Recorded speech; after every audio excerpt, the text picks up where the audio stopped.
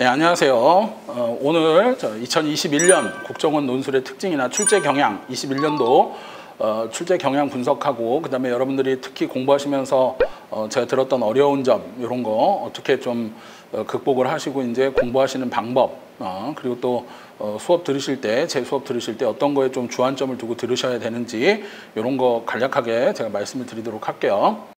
첫째, 국정원 논술은 2014년도 여러분들이 다 아시겠지만 NIAT가 도입되면서 논술은 한번 이제 크게 한국사 논술로 바뀌었었어요. 그러다가 이제 2019년도부터 20년, 작년 하면서 이제 다시 2014년 이전에 그 한국사라는 말을 띄고 이제 여러 가지 다양한 주제들, 물론 2014년 이전에도 정치, 경제, 사회, 문화, 역사, 또 철학, 인문, 물론 이제 그 한국사를 뗐다고 해서 역사나 한국사 문제도 나올 수 있다는 거죠. 그러니까 한국사에 제한하지 않고 다양한 영역의 이런 인문 논술, 특히 제시문이 주어지고 약 1,500자 정도, 그리고 한 80분 정도의 시간을 주고 이렇게 푸는데, 올해도 그렇고요. 이런 주제들이 굉장히 폭이 넓기 때문에 학생들이 겪는 첫 번째 어려움이 어떤 주제들을 가지고 공부를 해야 되느냐, 이걸 상당히 어려워해요. 그래서 제가 이제 평상시, 작년에도 그렇고 항상 평상시 학생들에게 책을 좀 많이 읽어야 된다. 그래서 추천도서라든가 정치, 경제 관련된 거, 또 철학이나 인문 관련된 거, 이런 것들을 많이 해드리기 때문에 제가 강의를 할 때도 될 수 있으면 그것과 관련된 여러 가지 사회학적인 이론이라든가, 또 혹은 현재 우리나라 사회에서 문제가 되고 있는 정치, 경제, 또 인문 이런 것들과 관련된 이슈들에 대해서 좀 자세하게 설명을 해드리는 편이에요. 그래서 여러분들이 수업을 들으실 때 첫 번째가 반드시 필기를 하셔야 돼요. 그리고 그거를 노트에 정리를 해 놓으셔야 나중에 이것이 이제 제가 한 두세 가지로 얘기를 해드리는데, 첫 번째는 그러한 지문 분석, 이런 능력은 비단 논술뿐만 아니라 여러분들이 NIAT의 언어 능력 시험을 볼 때도 장문 독해 같은 거, 이런 지문들 분석하는데도 굉장히 도움이 되기 때문에 좀 폭넓은 다양한 배경 지식, 그리고 특히 국정원 논술은 예전에도 그랬고 물론 한국사 논술도 마찬가지예요. 여러분들이 이제 생각을 해보시면 대부분 작년에도 팬데믹 관련해서 20년도에 출제가 됐죠. 에르스트 카시러의 그런 문화철학, 그리고 특히 인간의 본성이나 자연과학의 발달, 환경 문제, 그리고 또 인간과 상징, 또 인간과 동물의 차이점, 그리고 이제 이게 지금 현재 팬데믹 현상과 어떤 관련이 있고, 이거에 대해서 국제공조나 우리 정부의 어떤 정책적인 대응, 이런 것들이 이제 출제가 됐는데, 그렇기 때문에 여러분들이 이제 어쩔 수 없어요. 물론 수리 논술이나 과학 논술 이런 건 나오지 않죠. 그래서 대부분 이제 정치, 경제, 사회, 문화, 철학, 인문, 역사 이런 것과 관련된 주제들이기 때문에 좀 폭넓은 다양한 배경 지식들을 좀 갖추셔야 된다. 그리고 두 번째가 항상 시사적인 현재 우리 사회가 갖고 있는 어떤 문제점들과 연관되어 있는 문제들이 많이 나오죠. 여러 가지 정의, 또 혹은 평등, 자유, 또 공정한 사회, 올해 같은 경우에는 여러분들이 아시다시피 양극화 문제라든가, 또 여러 가지 기본소득 논쟁이라든가, 또 경제 문제도 있고요. 또 얼마든지 북핵 문제나 동북아 정세, 또 미중 갈등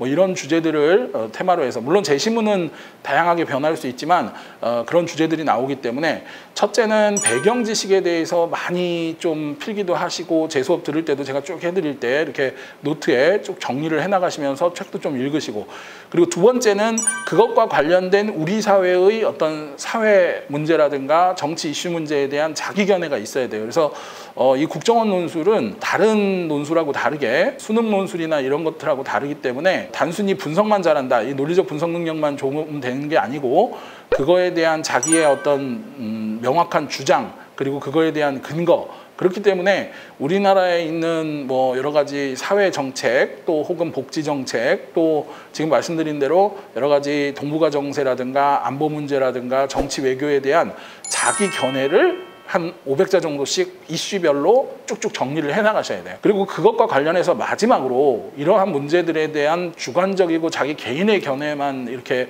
쓰는 게 중요한 게 아니라, 문제 해결 능력, 이라고 하죠. 그래서 여러분들이 이제 뭐 그런 거에 대해서도 내가 잘 모른다 그러면 인터넷이나 이런 데서 그 주제에 대해서 전문가들의 견해나 리서치를 하셔가지고 그러한 정부의 정책이라든가 뭐 지금 우리가 얘기할 때 옛날 얘기 같은 거 막 이런 거 필요 없어요. 지금 현재 바이든 정부가 들어서면서 이런 여러 가지 미국 사회 내에서도 뭐 여러분들이 아시겠지만 이런 인종 갈등이라든가 사회 갈등이라든가 계급 양극화 문제가 있다면 우리나라에서도 여러분들이 아시는 남녀 갈등, 또 뭐 세대 갈등, 또 복지, 그다음에 진보 보수의 이념 갈등 이런 것들을 어떻게 또 해야 되는지 이러한 정부의 사회 정책적인 또 혹은 사회 정책적인 이런 제도라든가 법이라든가 이런 거에 대한 대안을 한두 가지씩 조금 정리를 해 두셔야 돼요.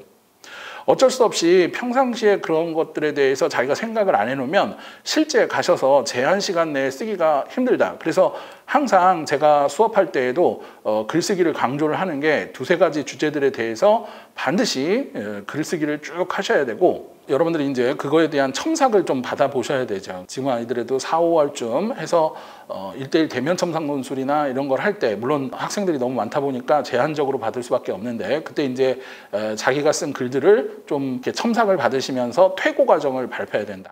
크게 세 가지로 정리를 하시면 돼요. 첫째는 정치, 경제, 사회, 문화, 역사 이런 다양한 배경 지식 수업 시간에 듣는 거 필기를 잘 하셔서 꼭 노트에 정리를 해놔라.